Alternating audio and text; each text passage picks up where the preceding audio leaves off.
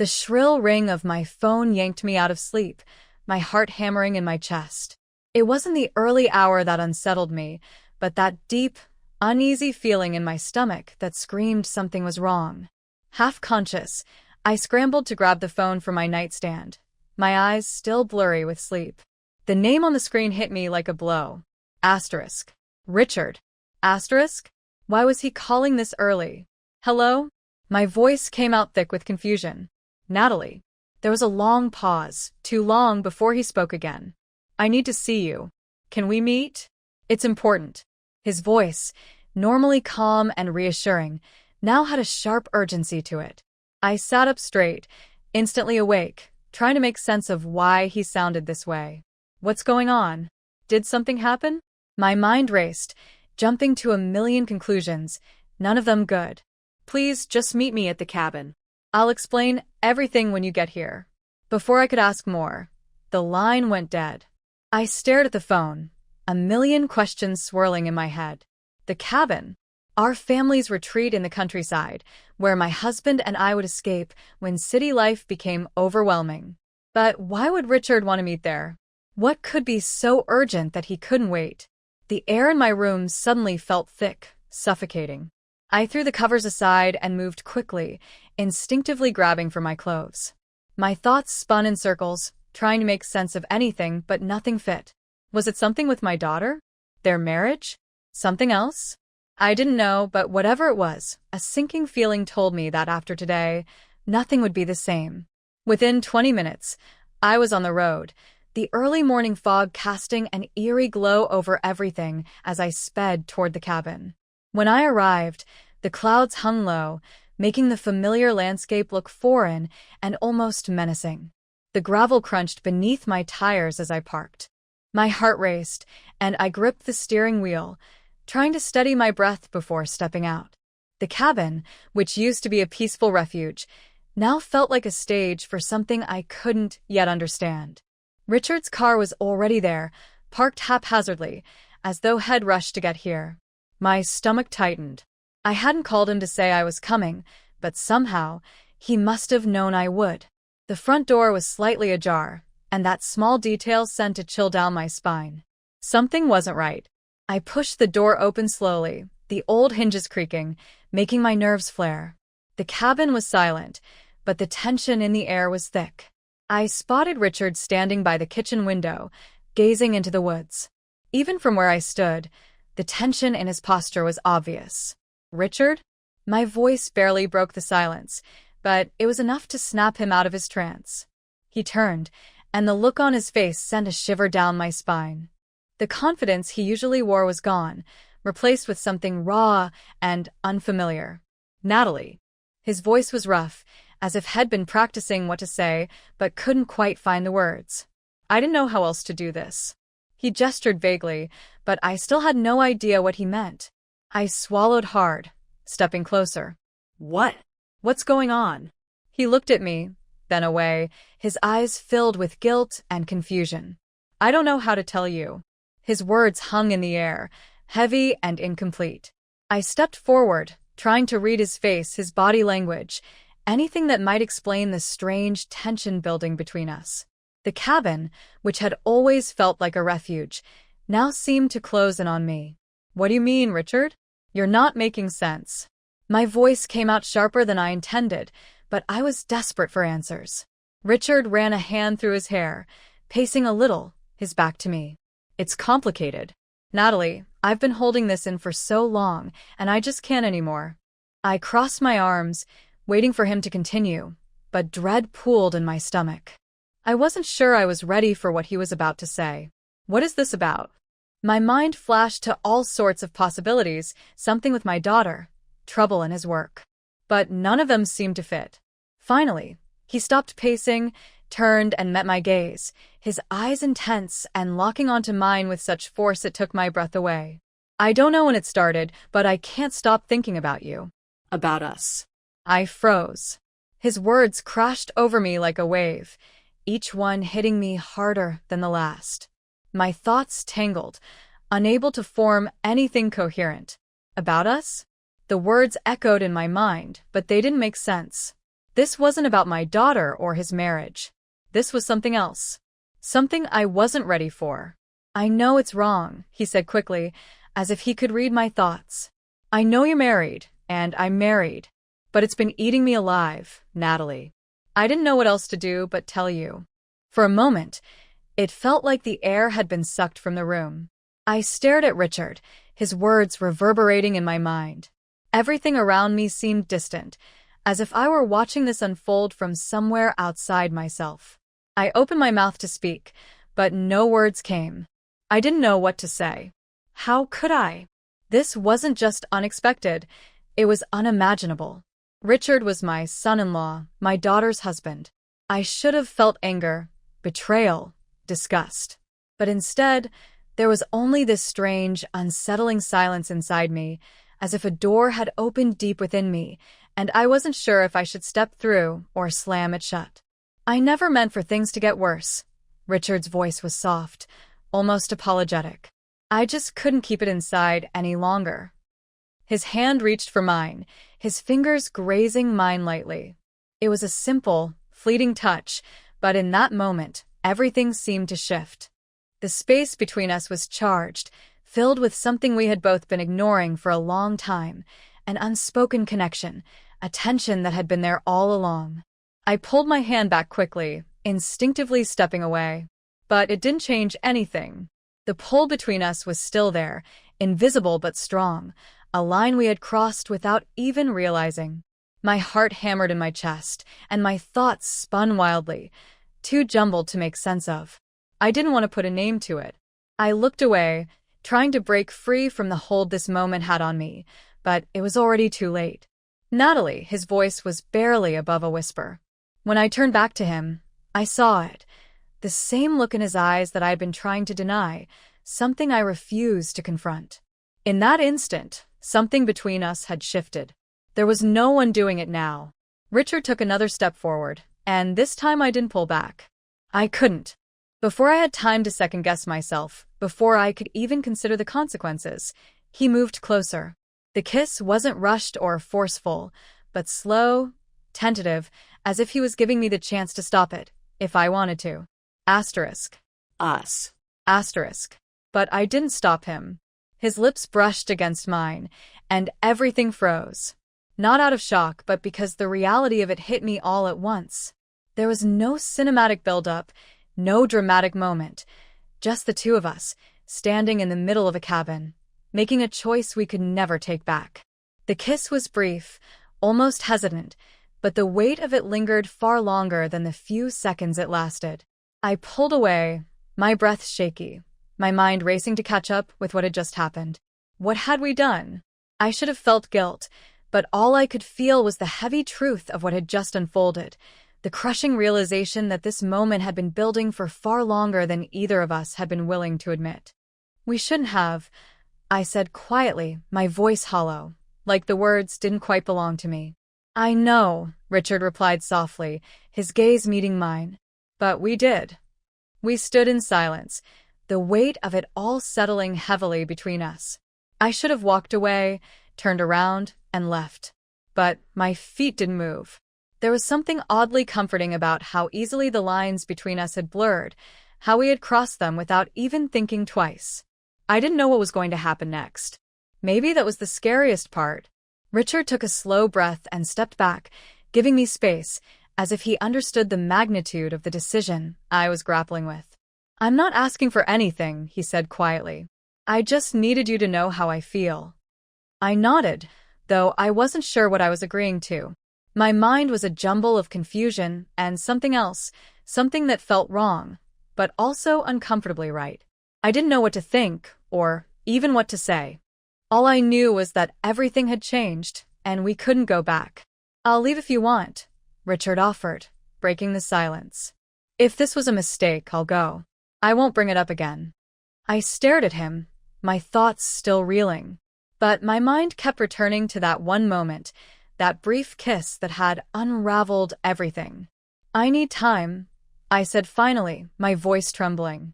Richard nodded, his expression full of understanding, though I could see the disappointment in his eyes. Take all the time you need, he replied softly. With that, he turned and walked toward the door. The room felt colder, emptier, as soon as he left. The weight of everything we had just shared settled around me like an invisible fog. I was left alone, standing in the aftermath, unsure of what to do or where to go next. I knew that whatever came after this, nothing would ever be simple again. The days that followed blurred together. I tried to bury myself in the routine, cleaning, organizing, anything that would keep my mind from circling back to what had happened. But no matter how hard I tried, the memory of that kiss refused to let me go, sneaking up on me at the most unexpected times. The cabin, once a place of peace and escape, had become a trap, full of too many unspoken truths that I wasn't sure I was ready to face. A week later, I found myself back in the cabin, pacing the kitchen with a cup of tea clutched in my hands. The early morning light streamed through the trees, casting soft, long shadows across the room. I had come here to clear my head, to figure out what to do next, but instead, I felt more conflicted than ever. I heard the sound of a car pulling into the driveway, and my heart sank. Richard. I didn't even need to look to know. I set my cup down and walked to the window, watching him get out of his car. He hesitated for a moment, as if unsure whether to come inside or not. Part of me wanted to stay hidden, to avoid whatever conversation was about to unfold. But another part of me, the part one didn't want to acknowledge, was relieved he was here. He knocked softly at the door and I opened it. The tension between us was thick, almost tangible. "I wasn't sure if you'd be here," he said quietly. "I needed some time alone," I replied, though I wasn't entirely sure if that was the truth. I stepped aside, allowing him in, knowing that once I did, everything between us would come rushing back. We sat in the living room, the silence stretching on, thick and heavy. "I haven't been able to stop thinking about it," Richard finally said, breaking the silence. His eyes found mine, and in that brief moment, I felt it again. That pull, that connection we had shared the last time we were here. "I thought we agreed," I started, but my words faltered. "We agreed to pretend it didn't happen." "But it did," he said, leaning forward just slightly. "And now, we can't just erase it." I stared down at my hands, feeling the weight of his words. He was right. There was no going back. What had shifted between us was undeniable, no matter how much we both tried to deny it.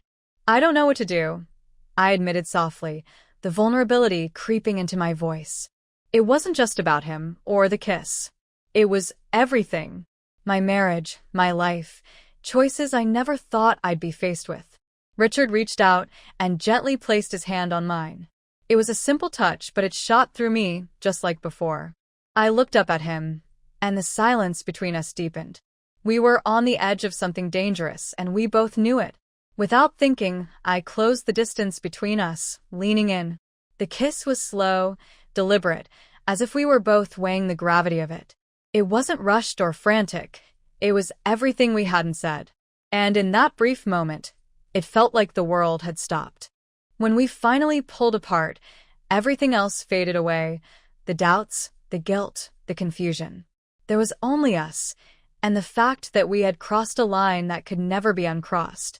We sat there, breathing heavily, the weight of what had just happened hanging in the air between us. This kiss wasn't like the first. It wasn't an impulsive moment or a lapse in judgment. It was deliberate. It was intentional. And that terrified me more than I was willing to admit.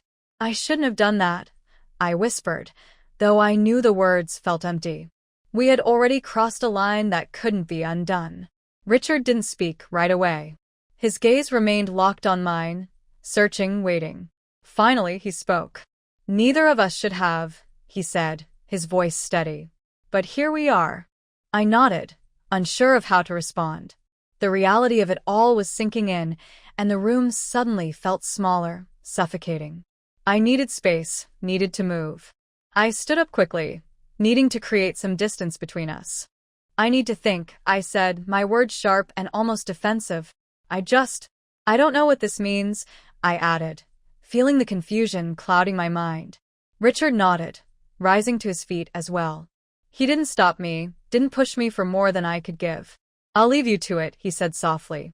He walked toward the door, and for a brief moment, I considered calling him back, but I remained silent, watching him leave. The weight of everything still hung in the air, thick and unspoken. Once Richard was gone, I was left alone, the silence of the cabin only amplifying the emptiness I felt inside. I stared at the door long after he had left, my mind spinning with everything that had just happened, and everything that was still ahead. It wasn't just about Richard anymore. It was about the line I had crossed, the choice I had made, or perhaps the choice I had avoided for far too long. The tea I'd made earlier sat cold on the counter, forgotten. I picked it up and poured it down the sink, the mundane act grounding me for a moment in the midst of the storm brewing in my mind. But no matter what I did, I couldn't shake the feeling that my life, as I knew it, had already started to unravel. Days passed, and I stayed away from the cabin. I threw myself into my normal routine, working, seeing friends, pretending that everything was fine.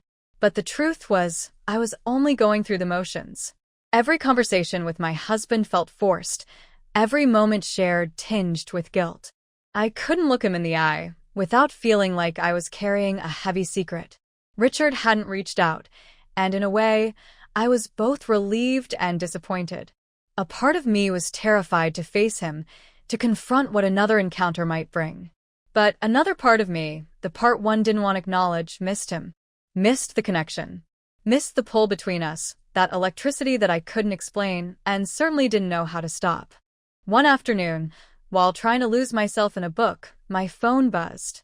I glanced at the screen, my heart skipping a beat. It was a message from Richard. "Can we talk?" 3 simple words, but they were enough to unravel the fragile calm I had tried so hard to build. I didn't respond right away. Instead, I stared at the message, my thoughts racing. "Can we talk?" What was left to say? But deep down, I knew avoiding him wasn't going to fix anything. I couldn't keep pretending that everything was normal, that the pull between us wasn't real. I texted back. "Not now, but soon. I need time." Or, at least, that's what I told myself. As the days dragged on, the distance between Richard and me only seemed to deepen, amplifying the silence that loomed between us. Meanwhile, my husband, oblivious to the storm brewing inside me, carried on with his usual routine, and I felt trapped inside my own life. Every day was a reminder of what I had done, of what I couldn't undo. Eventually, I knew I couldn't avoid Richard any longer. The tension had reached a breaking point. Richard and I needed to talk, to face whatever came next, even if it was something neither of us wanted to confront. I texted him again. "Let's meet at the cabin." When I arrived, the cabin looked the same as always. But I wasn't the same. I could feel it inside me. Everything had changed. Richard was already there, sitting on the porch steps, waiting.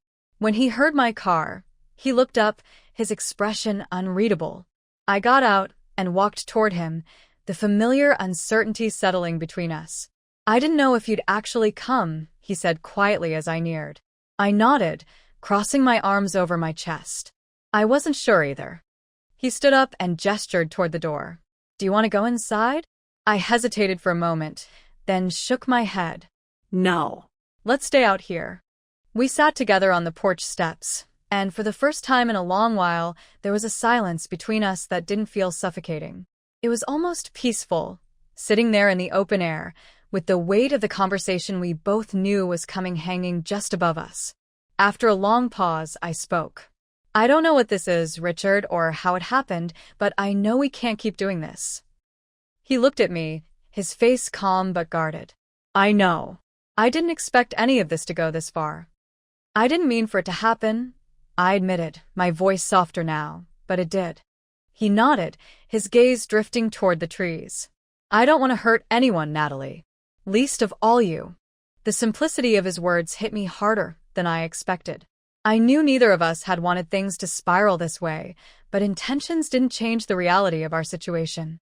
"I don't know how to fix this," I said finally, my voice barely above a whisper. "Maybe we can't," he replied.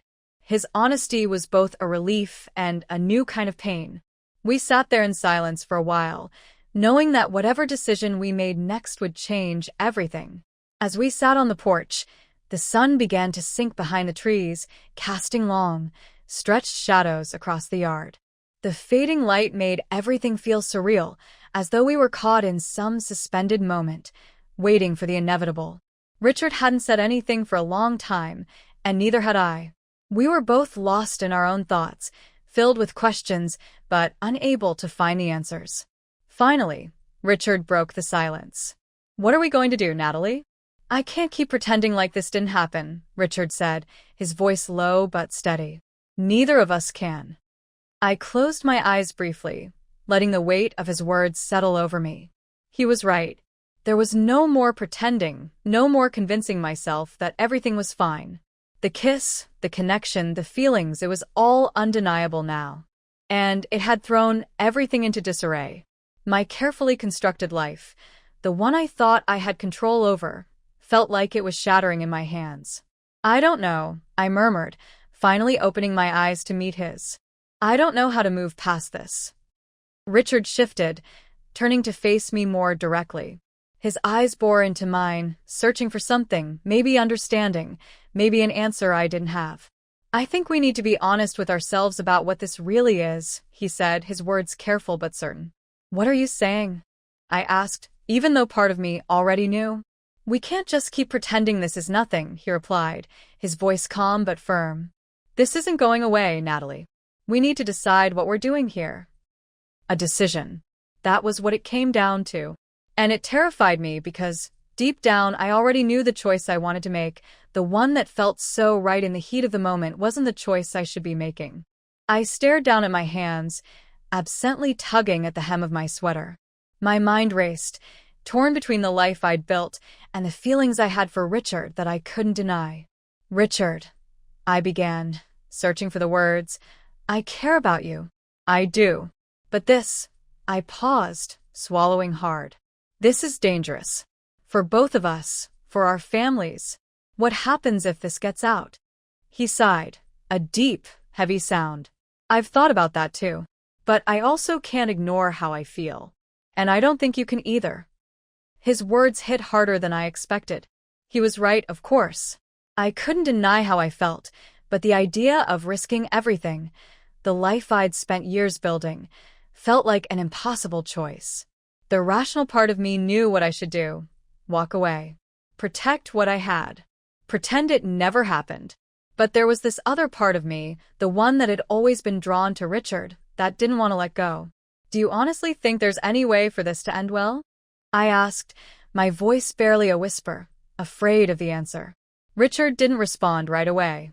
He looked down at his hands, his fingers fiddling with the edge of his sleeve. The silence between us stretched, each passing second making the air heavier. "I don't know," he said finally, his voice tinged with uncertainty. "But I can't just walk away without knowing for sure. I can't walk away from you." His words hit me like a punch to the gut. There was something final in them, something that made it clear that if I stayed, if I allowed this to continue, there would be no turning back. And yet, the pull between us, the one that had been there from the start, was still alive, still undeniable. "I don't want to hurt anyone," I said softly, the words more painful than I expected. "Especially not my husband." Richard's eyes softened at that. "Neither do I," he said quietly. "But whatever this is, it's real. And we need to figure out what that means." I nodded slowly, though doubt still gnawed at me. Everything felt so tangled, so complicated. The thought of facing my husband, of continuing to carry the secret, made me sick to my stomach. But letting Richard go, that felt like an impossible option. "I can't make this decision right now," I said, my voice trembling slightly. "I need more time." Richard didn't argue. He simply nodded, his expression full of understanding. "Take all the time you need," he said softly. We sat there in silence, neither of us knowing how to move forward. The night had fallen completely now, and the yard outside was swallowed in the shadows of twilight. The quiet between us wasn't uncomfortable. It was full of everything we hadn't said, all the emotions we were struggling to process but couldn't quite articulate. After what felt like an eternity, Richard stood up, breaking the stillness. "I should go," he said gently, his voice heavy with something unspoken. Yeah, I whispered, my legs unsteady as I stood. Maybe that's for the best. We walked to the door together, the air between us still thick with everything left unsaid. As Richard reached for the handle, he turned back to face me. For a brief moment, I felt that familiar pull again, the same connection that had drawn us together. "I'll be waiting," he said quietly, the weight of those words hanging in the air before he stepped outside and closed the door behind him. The instant he left, the house felt emptier, colder. I stood there for a long moment, staring at the door, wondering if I had just made the right choice, or the biggest mistake of my life.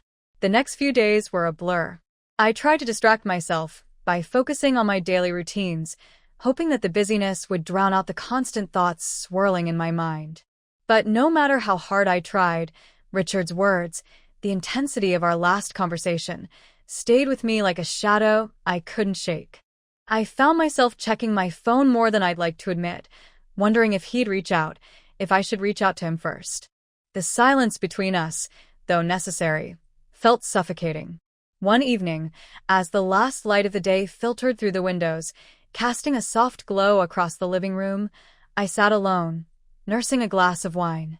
My husband was working late, and though I appreciated the quiet, it only seemed to make the ache in my chest worse. I couldn't stop thinking about what Richard had said before leaving. "I'll be waiting." Waiting for what? For me to make a choice? For us to somehow figure out how to make this work? The weight of it all pressed down on me, and I couldn't help but wonder if there was any way out of this mess. Just then, my phone buzzed, breaking the silence. I grabbed it instinctively, my heart pounding. It was a message from Richard. "Can we meet just one more time? I need to know where we stand." I stared at the screen, my pulse quickening.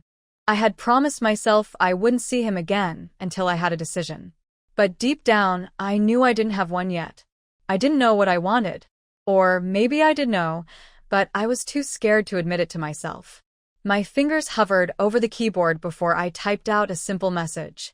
"Okay, tomorrow at the cabin." The next day, I drove to the cabin, the familiar knot of dread and anticipation tightening in my chest. The weather had turned colder, the air crisp with the coming of fall. The trees lining the road had already begun shedding their leaves, leaving the landscape feeling more exposed than usual. I parked next to Richard's car, my heart pounding as I stepped out of mine. He was waiting for me on the porch steps, just like before. I walked toward him, every step heavy with the weight of what was about to happen. As soon as I was out of the car, the air between us felt thick, charged, like it was holding everything we hadn't said, all the things we were too afraid to face. I sat down beside him, neither of us speaking at first. The silence was thick, but not entirely uncomfortable. We just sat there like we were both waiting for the other to speak first. "I wasn't sure you'd come," Richard said, breaking the quiet. His voice was soft, almost hesitant. "I wasn't sure either," I admitted, glancing at him. "But here I am." He nodded, looking down at his hands. "I've been thinking a lot about everything about us." "So have I," I replied, my voice barely above a whisper. We sat together in the quiet, the breeze brushing against us, and the sound of rustling leaves filling the space. I had thought so much about this moment, about what I would say, about how I would explain myself. But now that I was here, sitting next to him, everything felt tangled, confusing. "Natalie," Richard began again, his voice steady but gentle. "I know this isn't easy for you. It's not easy for me either. But I need to know, is this real for you? Do you feel the same way I do?" The question hit me hard. This was the moment I'd been avoiding, the question I hadn't wanted to face. My heart raced, and my hands trembled as I tried to form a response. "I don't know," I said, my voice breaking. "I don't know what's real anymore." Richard's face fell, but he nodded, as if he understood the weight of my words. "I get it. This is complicated, but I can't keep going like this, not knowing where we stand." The heaviness of his words sank deep into me. "I don't want to hurt anyone," I whispered, more to myself than to him. "Neither do I," he said, his voice barely audible. "But I can't pretend this doesn't mean something to me." The pressure of the moment was too much. I stood up quickly, needing to move, needing to clear my head. I took a few steps away from him, trying to breathe through the wave of emotions crashing over me. I heard Richard stand as well, but he didn't come any closer. We were both standing on the edge of something dangerous, and we both knew it. "I don't know what to do," I said, my voice trembling. "I can't just throw everything away, my marriage, my life." Richard took a step toward me, his voice calm but firm. "I'm not asking you to throw anything away. I'm asking you to be honest with yourself. With me." Tears welled up in my eyes as I turned to face him. "I don't know how to be honest about something I don't fully understand." He nodded slowly, taking in my words. We stood there for a long moment, the wind picking up around us, swirling the fallen leaves at our feet. And then, just as I opened my mouth to speak again, my phone buzzed in my pocket. I pulled it out, my stomach sinking when I saw my husband's name on the screen. I stared at it, my heart racing, before I answered. "Hey," I said, my voice unsteady. "Natalie, I know everything." My husband's voice came through, flat and cold. Those 4 words hit me like a punch and I froze. My mind went blank, every thought crashing into the next as I tried to make sense of what he was saying. I could feel Richard's eyes on me, waiting for my reaction, but all I could focus on was the sound of my husband's voice. "What do you mean?" I asked, my voice barely above a whisper. "I'll explain when you get home," he said, his tone distant. "We need to talk." The line went dead, and I stood there, my phone still pressed to my ear, the silence ringing in my head. Everything I thought I knew, everything I had built, felt like it was unraveling in that single moment.